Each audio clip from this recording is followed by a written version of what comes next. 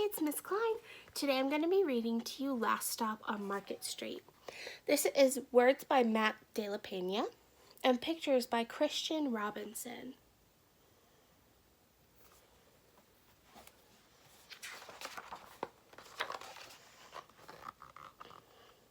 CJ pushed through the church doors, skipped down the steps.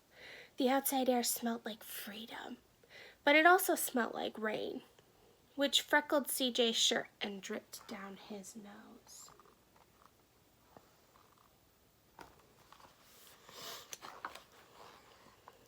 He ducked under his Nana's umbrella, saying, "How come we gotta wait for the bus in all this wet?" "Trees get thirsty too," his Nana told him. "Don't you see that big one drinking through a straw?" CJ looked for a long time, but he never saw a straw.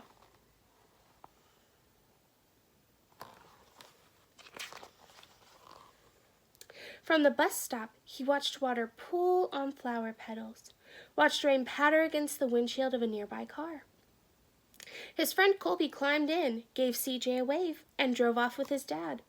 "Nana, how come we don't got a car?"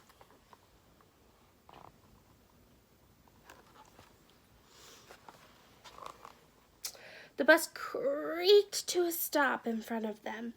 It sighed and sagged, and the door swung open.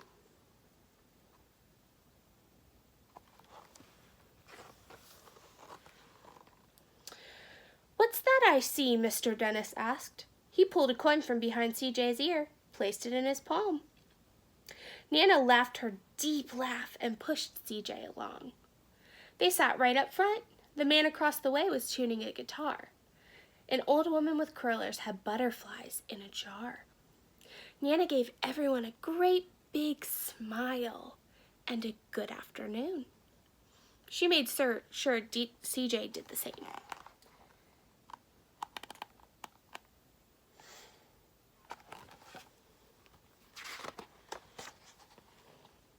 The bus lurched forward and stopped. Lurched forward and stopped.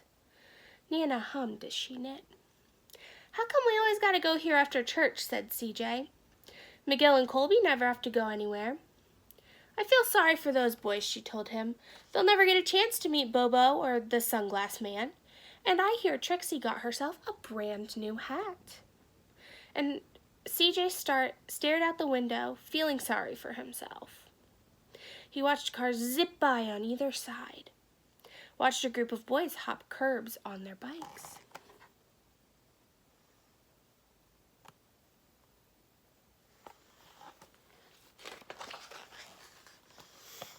A man climbed aboard with a spotted dog. CJ gave up his seat. "How come that man can't see?" "Boy, what do you know about seeing?" Nana told him. "Some people watch the world with their ears." "That's a fact, their noses too," the man said, sniffing the air. "That's a mighty fine perfume you're wearing today, ma'am." Nana squeezed the man's hand and laughed her deep laugh.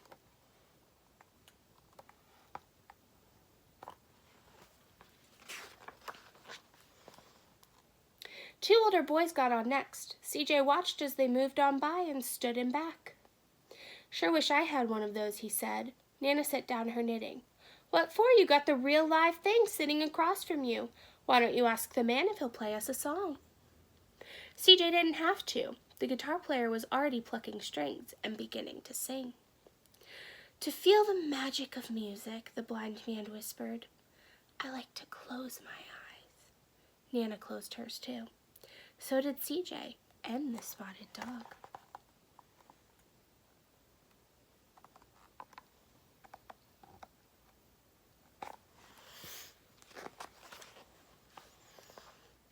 And in the darkness, the rhythm lifted CJ out of the bus and out of the busy city. He saw sunset colors swirling over crashing waves, saw a family of hawks slicing through the sky, saw the old woman's butterflies dancing free in the light of the moon. CJ's chest grew full, and he was lost in the sound. And the sound gave him the feeling of magic.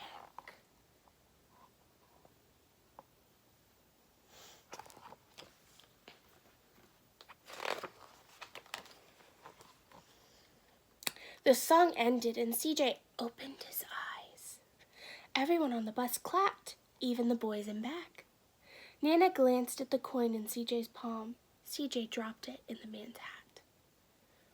"Last stop on Market Street," Mr. Dennis called.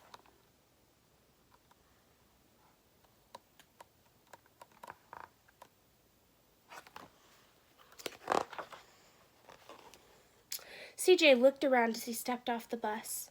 Crumbling sidewalks and broken down doors, graffiti-tagged windows and boarded-up stores. He reached for his Nana's hand. "How come it's always so dirty over here?" She smiled and pointed to the sky. "Sometimes when you're surrounded by dirt, CJ, you're a better witness for what's beautiful."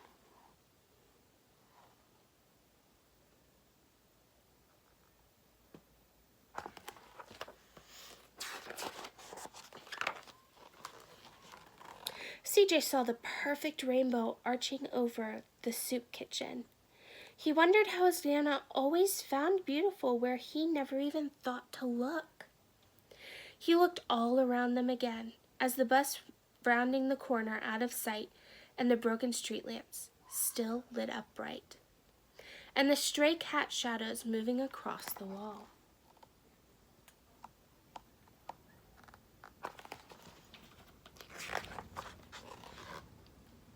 When he spotted their familiar faces in the window, he said, "I'm glad we came."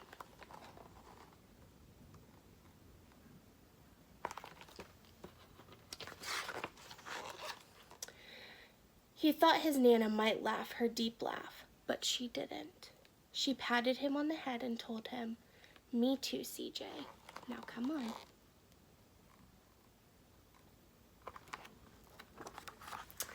The end. I hope you enjoyed.